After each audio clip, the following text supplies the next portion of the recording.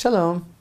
In this week's Torah portion of Parashat Miketz, the saga of Yosef HaTzadik, the righteous Joseph, continues. You know, the pathos in this story is hard to take. It's almost unbearable. We can so identify with Yosef's pain. He was betrayed by his brothers, and he felt abandoned by his father. Yosef's story began just last week in Parashat Vayeshev, but here, in Parashat Miketz, the tables have turned. Yosef's divinely appointed destiny begins to unfold quickly as he interprets Pharaoh's dream. And he's appointed by Pharaoh, king of Egypt, to a position of spectacular authority over all of Egypt. Yosef's interpretation of the dreams proves correct, and as the Torah states, the famine spread over all the face of the earth. All the earth came to Egypt to Joseph to buy provisions. And thus did the sons of Israel come to buy provisions among the arrivals, for the famine was in the land of Canaan. Although Yosef recognized his brothers, they didn't recognize him. Our sages relate an amazing tradition regarding the sale of Yosef. There was an excommunication, an embargo against Yaakov regarding the sale of Yosef. It wasn't only the brothers who were adamant against their father Yaakov knowing that Yosef was still alive. Even Yosef's grandfather Yitzchak was aware of what happened, but he was in on this secret agreement that under no circumstances should Yaakov be informed. And to top it off, our sages state, the Holy One, blessed be He Himself, gave His seal of approval to this conspiracy of silence. For whatever reason, Yaakov was not to know. And indeed, a simple reading of the verses of the Torah certainly indicate that Yaakov Avinu, our forefather Jacob, believed the brothers' report of Yosef's death. We read last week in Parashat Vayeshev, in chapter 37, we read these verses, and they took Joseph's coat, and they slaughtered a kid, and they dipped the coat in the blood, and they sent the fine woolen coat, and they brought it to their father, and they said, "We have found this. Now recognize whether it is your son's coat or not." He recognized it, and he said, "It is my son's coat. A wild beast has devoured him. Joseph has surely been torn up." And Jacob rent his garments, and he put sackcloth on his loins, and he mourned for his son many days. And all his sons and all his daughters arose to console him. But he refused to be consoled, for he said, "Because I will descend on account of my son as a mourner to the grave." And his father wept for him. Now please open up your heart in the deepest way. I'm going to shake it up. Because despite the simple reading of these verses, a deeper understanding of these events exists between the lines, a bit hidden from the naked eye, but alluded to in many places. And according to this understanding, Yaakov never bought it. He was never convinced that Yosef was dead. In fact, from the very first moment, he strongly suspected that something was up, but he wasn't sure what it is. But he felt that the truth was being concealed from him. In the holy language of our sages, he saw something, but he didn't see. He heard, but he didn't hear. This means that his prophetic insight was functioning, but had been diminished. He saw something, but not clearly. Couldn't quite put his finger on what it was and why it was that they were keeping something from him. And look, recall that immediately when the brothers showed their father Yosef's coat dipped in goat's blood, Yaakov said, "A wild beast has devoured him. Joseph has surely been torn up." But what does Rashi comment on those words? He states, divine inspiration was shimmering in him, and he saw that eventually the wife of Potiphar was going to attempt to seduce him. And that's what he was referring to when he said, "A wild beast has devoured him." He was calling that wild Mrs. Potiphar the wild beast. But if Yaakov sensed that there would be a confrontation between Yosef and that woman, that means that Yosef is alive.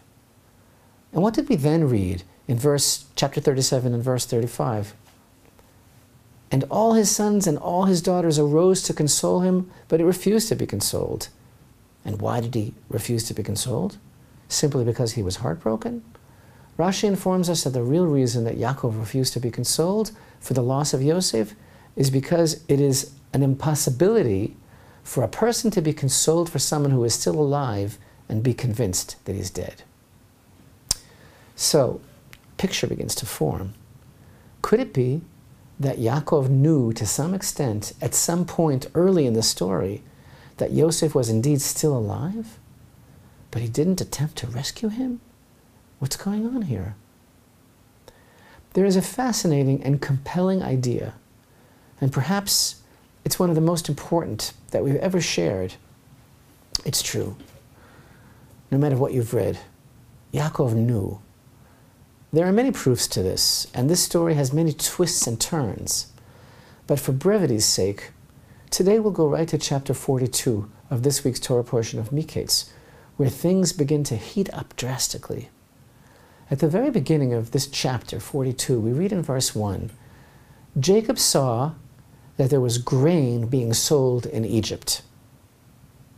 Jacob saw that there was grain being sold in Egypt. And then in verse 2 we read, and he said, behold, I have heard that there is grain being sold in Egypt. Go down there and buy us some from there so that we will live and not die.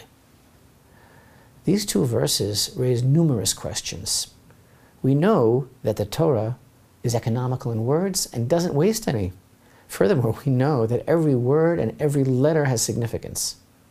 Why then does the first verse begin by utilizing an expression of sight, and Yaakov saw there was grain being sold in Egypt?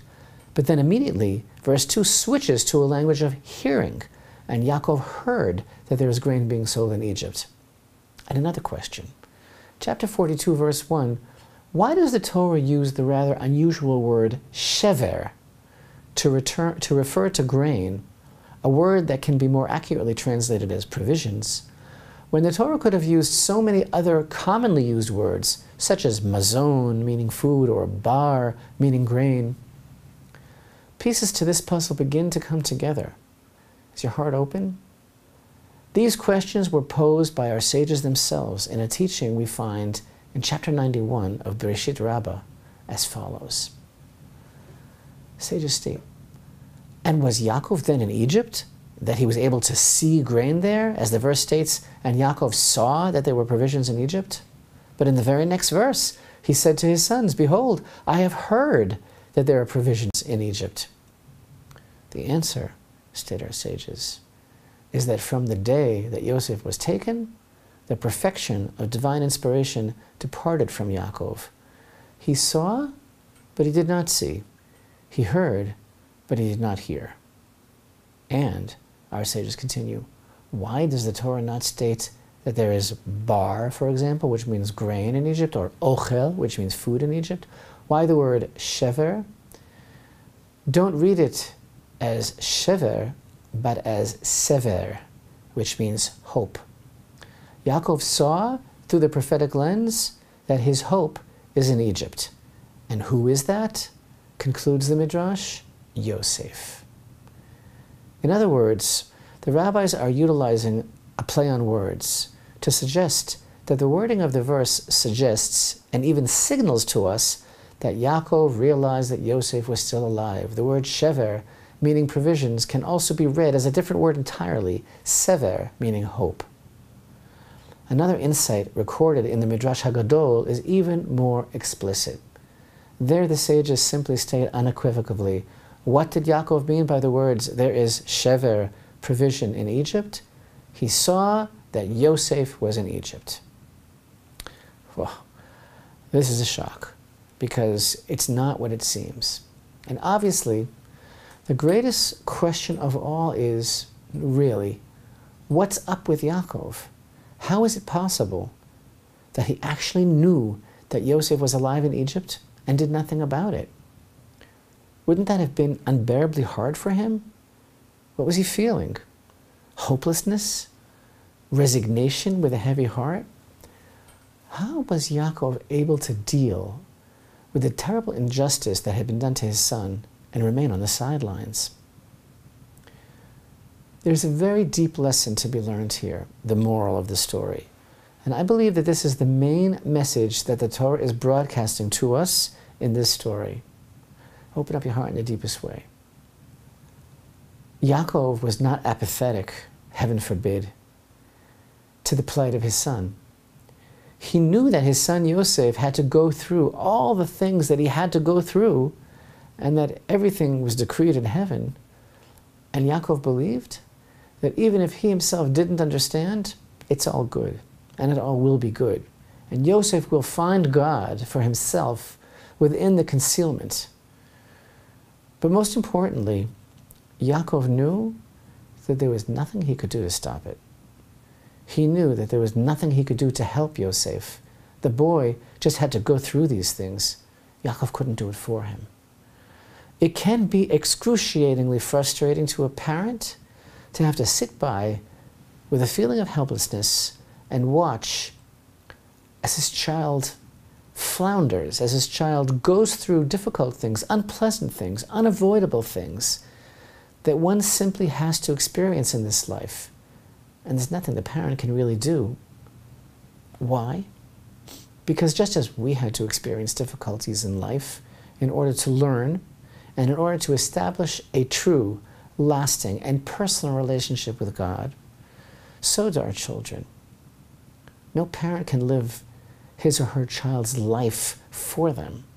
Sometimes, like our forefather Yaakov, we have to suffice with taking a step back, waiting, watching our children, despite the pain, knowing but not interfering, because that is just what it would be, interference, and it's just not relevant to the personal struggle of the child. And here's the deepest of the deep. This whole thing, it starts at the top, because so it is with God himself. Hashem, Father of all the children, sometimes he has to let his children, each and every one of us, go through what they have to go through on their own in order to reach their ultimate goal, in order to reach redemption.